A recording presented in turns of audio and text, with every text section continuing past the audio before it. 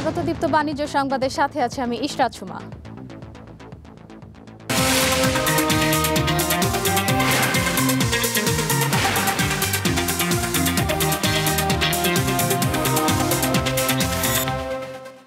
বাজারে ঝলমলে কাচের চুড়ির পেছনে লুকিয়ে আছে আগুন আর নিপুণ হাতে গড়া এক কঠোর কাজ। এই চুড়ি তৈরির পেছনে রয়েছে আগুন, ঘাম আর অজস্র পরিশ্রমের গল্প। কাচ বাকিয়ে চুড়ির আকার দেয়া, এরপর ঝালাই সহ নানা ধাপে হাতে পড়ার উপযোগী হয় এই পণ্য। রঙিন চুড়ির ঝনঝনানিতে রয়েছে যেমন আনন্দ, তেমনি এর আড়ালে আছে কঠিন শ্রমের ছোঁয়া। কাচের চিকন রড আগুনে গলিয়ে তৈরি হয় এই সৌন্দর্যের বৃত্ত। প্রথম ধাপে গরম করা হয় কাচের রড, তাপে নরম হয়ে গেলে তা মোচড় দিয়ে কারিগররা হাতের নৈপুণ্যে বাঁকিয়ে তৈরি করেন বৃত্তাকার, যাকে বলা হয় চুড়ির ছাঁচ। বরিশাল ও কুমিল্লার বিভিন্ন স্থানে তৈরি হচ্ছে এসব কাচের চুড়ি। সেখান থেকে চলে আসে ঢাকার কামরাঙ্গীরচরের এই কারখানাগুলোতে। এখানে চুড়িগুলো জোড়া লাগিয়ে পাঠানো হয় চকবাজারে। এখানে 72 ঘন্টা গুনতেছি, গনার পরে এটা মার্কেটে যাবে, মার্কেট থেকে কালার হবে, এরপরে বিভিন্নভাবে বিভিন্ন দেশে পৌঁছায় যাবে, এটা মেয়েরা হাতে দেবে। তবে এই ব্যবসায় দিন দিন বাড়ছে অনিশ্চয়তা। প্রতিযোগিতায় টিকতে হিমশিম খাচ্ছেন সংশ্লিষ্টরা। এখন কারেন্ট বিল, আপনার গ্যাস বিল, তারপরে তেলের বিল অতিরিক্ত দাম, যার কারণে মালিককে আগের মতন দিতে পারতেছে না। এই জন্য এরা ন্যায্য মূল্য পাইতেছে না, আমরাও পাইতেছি না, এরাও পাইতেছে না।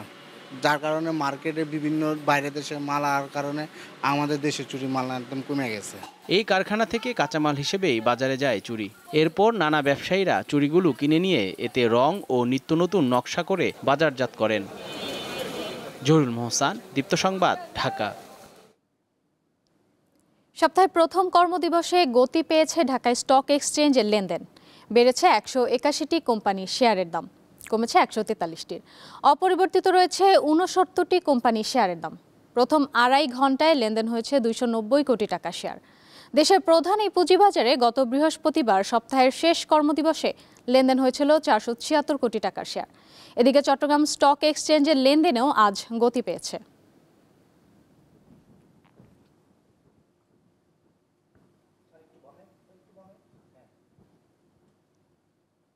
ঢাকায় স্টক এক্সচেঞ্জের খবর জানাতে সেখানে রয়েছেন সহকর্মী শাহরিয়ার ইমন। তিনি যোগ দিচ্ছেন আরও তথ্য নিয়ে।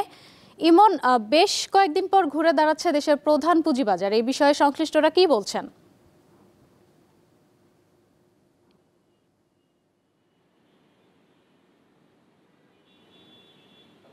হ্যাঁ, ইশরাত সুমা, আপনি ঠিকই বলেছেন। দেশের প্রধান পুঁজিবাজার ঢাকা স্টক এক্সচেঞ্জে আমরা দেখছি যে সপ্তাহের প্রথম কার্যদিবস থেকে খানিকটা ঘুরে দাঁড়ানোর ইঙ্গিত দেখা যাচ্ছে। আমরা যদি প্রথম 3 ঘন্টা পর একটু লেনদেনের দিকে তাকাই, তাহলে আমরা দেখবো এই ইঙ্গিতটি আপনার স্পষ্টভাবেই। সেটি হচ্ছে যে আমরা দেখছি দিনের শুরু থেকে আপনার ঢাকার স্টক এক্সচেঞ্জের প্রধান সূচক DSEX সূচক আপনার বাড়তে থাকে এবং বেলা বাড়ার সাথে কিছুটা সূচক পড়ে গেল, আবার 12টার পর থেকে সূচক বাড়তে থাকে। এখন দেখছি আমরা সূচক 13 পয়েন্ট বেড়ে মোট সূচক অবস্থান করছে 5134 পয়েন্টে। এছাড়া দেখছি আমরা যে বেশিরভাগ কোম্পানির শেয়ারের দর বেড়েছে, 183টি কোম্পানির শেয়ারের দর বেড়েছে, আর দাম কমেছে 152টি, তবে দামের কোনো তারতম্য ঘটেনি 59টি কোম্পানির শেয়ারের ক্ষেত্রে। আর প্রথম 3 ঘন্টা পর আমরা লেনদেন দেখছি প্রায় 330 কোটি টাকার ঘরে রয়েছে। তো এই হচ্ছে আজকের মোটামুটি লেনদেন পরিস্থিতি। এবং বাজারে যে একটি ইতিবাচক ধারার দিকে যে আমরা ঘুরে দাঁড়ানোর ইঙ্গিত দেখছি, সেটি নিয়ে আমাদের সাথে এই মুহূর্তে যোগ দিচ্ছেন শাকিল হিজবি স্টকসের deputy manager Mrs Saima Akhtar. আমরা তার কাছ থেকে বিস্তারিত জেনে আসবো। মিসেস সাইমা আক্তার, আপনাকে স্বাগত জানাচ্ছি দীপ্ত টিভির এই বিজনেস আয়োজনে। আপনার কাছে যেটি জানতে চাই সেটি হচ্ছে যে আমরা সপ্তাহের প্রথম কার্যদিবসে দেখছি যে বেশিরভাগ কোম্পানির শেয়ারের দর বাড়ছে, সূচকের খানিকটা ঊর্ধ্বগতি আমরা দেখছি, কারণ কি?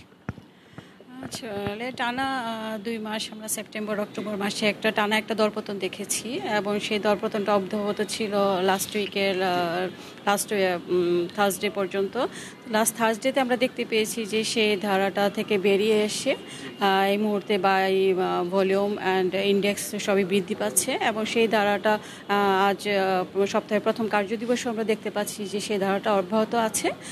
যেহেতু এটা একটা ডিভিডেন্ডের টাইম এবং ফার্স্ট কোয়ার্টার ইপিএস আসছে, থার্ড কোয়ার্টার ইপিএস আসছে, সেই সময় বিনিয়োগকারীরা বিভিন্ন ধরনের অবজারভেশন দেয়, তাদের ডিভিডেন্ডের উপর বেস করবে, ইপিএসের উপর বেস করে তাদের সিদ্ধান্ত নেয় কোন শেয়ারে ইনভেস্ট করবে বা করবে না। সেই জন্য এই মুহূর্তে ভলিউমটা একটু কম আছে। তো আশা করছি যখন তারা ইপিএসটা ভালো পাবে, ভালো কোম্পানি চুজ করতে পারবে, তারা আস্তে আস্তে শেয়ারে নতুন করে ইনভেস্টমেন্টে আসবে এবং আস্তে আস্তে মানে ভলিউমটাও বৃদ্ধি পাবে, সাথে সাথে ইন্ডেক্সটাও বৃদ্ধি পাবে। এখানে আরেকটি বিষয় আপনার কাছে জানতে চাই, সেটি হচ্ছে যে আমরা এই আজকের বাজারে যে বিভিন্ন আপনার যেগুলো আছে আপনার বিভিন্ন কোম্পানিগুলো, এগুলোর ভিতরে কোন কোন আপনার খাতের কোম্পানিগুলোর দাম বেড়েছে? আচ্ছা, এই মুহূর্তে ভলিউম মানে মিডিয়াম রেঞ্জের, সেক্ষেত্রে ব্যাংক, টেক্সটাইল, ইঞ্জিনিয়ারিং সেক্টরে ভলিউমটা এই মুহূর্তে একটু দেখতে পাচ্ছি একটু বেশি আছে। তো ভলিউম বৃদ্ধির সাথে সাথে সেটা আরও ক্লিয়ার হবে কোন কোন সেক্টরের দিকে ইনভেস্টররা বেশি ইন্টারেস্ট শো করছে, সেটা ভলিউম বৃদ্ধি এবং ইন্ডেক্স বৃদ্ধির সাথে সাথে সেটা আরও দৃশ্যমান হবে। মিসেস সাইমা আক্তার, আপনাকে অসংখ্য ধন্যবাদ এখন সময় দেওয়ার জন্য। ঈশাদ সুমা, আসলে যেমনটি শুনছিলেন যে দেশের প্রধান পুঁজিবাজার ঢাকা স্টক এক্সচেঞ্জে সপ্তাহের প্রথম কার্যদিবসে আমরা দেখছি যে সূচক লেনদেনের একটি ইতিবাচক ধারা বজায় রয়েছে, যেটি আমরা আগে বলছিলাম যে বৃহস্পতিবার দিনও কিন্তু আমরা দেখছিলাম যে সূচক কিন্তু খানিকটা 29 পয়েন্ট বেড়ে মোট সূচক অবস্থান করছিল 5122 পয়েন্টে এবং লেনদেন হয়েছিল 476 কোটি টাকার শেয়ার। আমরা এখন পর্যন্ত দেখছি যে প্রথম 3 ঘন্টায় আপনার 330 কোটি টাকা লেনদেন হয়েছে, আরও 1.5 ঘন্টা বাকি আছে এবং 1.5 ঘন্টা পরে আসলে বোঝা যাবে ঢাকার পুঁজিবাজারে লেনদেন কী পরিমাণ দাঁড়ায় এবং সূচক কোথায় গিয়ে থাকে। তো ঈশাদ সুমা, আমার হাতে আসলে এখন পর্যন্ত এতটুকু ছিল দেশের প্রধান পুঁজিবাজার ঢাকা স্টক এক্সচেঞ্জ থেকে। সুমা। ইমন, আপনাকে ধন্যবাদ। পুঁজিবাজারের খবর জানাচ্ছিলেন সহকর্মী ইমন। জানাবো অন্যান্য সংবাদ। নবায়নযোগ্য জ্বালানি ব্যবহারের মাধ্যমে বিদ্যুৎ উৎপাদন খরচ অনেক কমিয়ে আনা সম্ভব। এতে জীবাশ্ম জ্বালানির উপর নির্ভরতা কমবে। গতকাল ঢাকায় কনজিউমার অ্যাসোসিয়েশন অব বাংলাদেশ ক্যাবের যুব সংসদ 2025-এর দ্বিতীয় দিনের আলোচনায় এসব তথ্য উঠে আসে। বর্তমানে দেশের শতকরা 70 থেকে 75 ভাগ বিদ্যুৎ উৎপাদনের ক্ষেত্রে জীবাশ্ম জ্বালানি অর্থাৎ কয়লা ও গ্যাসের উপর নির্ভর করতে হয়। এতে খরচ পড়ে বেশি, অথচ রিনিউয়েবল এনার্জি বা নবায়নযোগ্য শক্তি ব্যবহার করা গেলে বিদ্যুৎ উৎপাদন খরচ অনেক কমে আসবে। শনিবার ঢাকা বিশ্ববিদ্যালয়ে কনজিউমার অ্যাসোসিয়েশন অব বাংলাদেশ ক্যাবের আলোচনায় এসব কথা উঠে আসে। দুর্নীতি, ব্যয়বহুল সেবা, বর্জনমূলক নীতি এবং পরিবেশ ধ্বংস সেই সব মানুষকে প্রান্তিক করে দিচ্ছে, যাদের জন্য আসলে জ্বালানি রূপান্তর হওয়া উচিত ছিল। যদি জ্বালানি ব্যবস্থাকে সঠিকভাবে আমরা ব্যবহার উপযোগী করতে না পারি, তাহলে আমাদের মতো একটি উন্নয়নশীল দেশের শিল্প কারখানা, কলকারখানা থেকে শুরু করে সকল ক্ষেত্রে আমরা বাধার সম্মুখীন হব। তাই বিদ্যুতের সুইচ যেমন অন অফ হয়, নীতি প্রণেতাদের মানসিকতাও কিন্তু অন অফ হয়। আমরা চাই এটা অন হলো কখনো যেন অফ না হয়। বিদ্যুতের দাম কমিয়ে আনতে নবায়নযোগ্য জ্বালানি ব্যবহারে গুরুত্ব আরোপ করেন বিশেষজ্ঞরা। আমরা অলরেডি সিলিং প্রাইস নির্ধারণ করে দিয়েছি, সেটা 7 টাকা 50 পয়সা, এবং বিনিয়োগকারীরা দেখেছে যে তাদের উৎপাদন ব্যয় 4.5 টাকা নিচে পড়বে এবং তাদের 70 থেকে 80% মার্জিন সেখানে থাকবে। জ্বালানি নিরাপত্তা নিশ্চিত করে সাশ্রয়ী মূল্যে বিদ্যুৎ সরবরাহে রাজনৈতিক দলগুলোর সদিচ্ছা দরকার বলে মনে করেন এই রাজনীতিবিদ। পলিটিক্যাল পার্টিগুলো যদি জনগণের কাছে কমিটেড না হয়, রেসপন্সিবল না হয়, তাহলে কিন্তু কোনো পরিবর্তন হবে না। যারা ম্যাটার করেন জাতীয় রাজনীতির ক্ষেত্রে, নীতিমালাগুলো প্রণয়ন করবার ক্ষেত্রে, জ্বালানি নিরাপত্তা নিশ্চিত করতে সুশাসনের পরামর্শ দেন বক্তারা। সবাই যেন একসাথে আমরা কোএক্সিস্ট করতে পারি। শাহরিয়ার ইমন, দীপ্ত সংবাদ, ঢাকা। ঠাকুরগাঁওয়ে এবছর আমনের ফলন বেশ ভালো হয়েছে। কষ্টার্জিত ধান ঘরে তুলছেন চাষিরা, কিন্তু উৎপাদন খরচ অনুযায়ী ন্যায্য দাম মিলছে না বলে জানান তারা। ঠাকুরগাঁওয়ের বিস্তীর্ণ মাঠ জুড়ে এখন সোনালী ফসলের ঢেউ। রোদে ঝকমক করছে পাকা ধান। কষ্টের ফসল ঘরে তোলার আনন্দে ব্যস্ত সময় পার করছেন চাষিরা। ফলন প্রত্যাশামতো হলেও দাম নিয়ে অসন্তুষ্ট তারা। আমাদের ধান এবার অনেক ভালো হয়েছে। আমাদের ফলন হিসাবে আমরা মোটামুটি 30 থেকে 35 মণ ফলন পাচ্ছি, কিন্তু বিঘায় ধানের দাম কম, চালের দাম বেশি, ধানের মাটির দাম বেশি, সারের দাম বেশি। ধান করতেছি ধরেন যে বিঘায় আমরা 30 থেকে 35 মণ ধান পাচ্ছি, কিন্তু দামটা পাচ্ছি না। কৃষকরা বলছেন 1 বিঘা জমিতে এবার 30 থেকে 35 মণ ধান হয়েছে। খরচ পড়েছে 30 থেকে 35 হাজার টাকা, কিন্তু 2 মণের 1 বস্তা ধান বিক্রি হচ্ছে 2200 থেকে 2400 টাকায়। এতে লাভ তেমন থাকে না। এক জারকিন বীজ দিলে মনে করেন যে 30 টাকা লাগে। এভাবে আমরা খরচাপাতি করে দেখছি যে 30,000 টাকা খরচা, লেবার সহ আর কি। 3000 প্লাস যদি ধানের বস্তা যদি আসতো, তাহলে আমরা কৃষকরা কিছু লাভবান হইতাম। বর্তমানে ধানের দাম কিছুটা কম।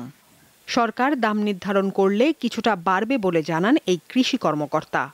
আমরা আশা করি যে সরকার নির্ধারিত যে মূল্য সেটা যখন নির্ধারণ হয়ে যাবে তখন ধানের মূল্যটা স্বাভাবিক হয়ে আসবে।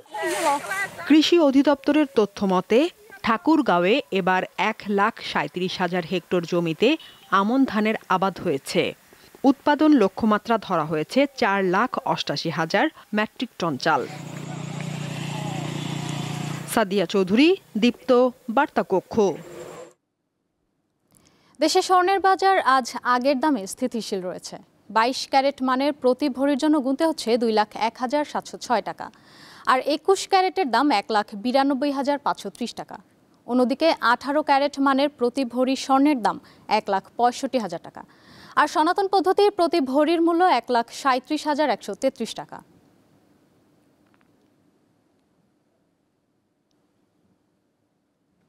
আন্তর্জাতিক বাজারে জ্বালানি তেলের দাম আজ ওঠানামা করছে।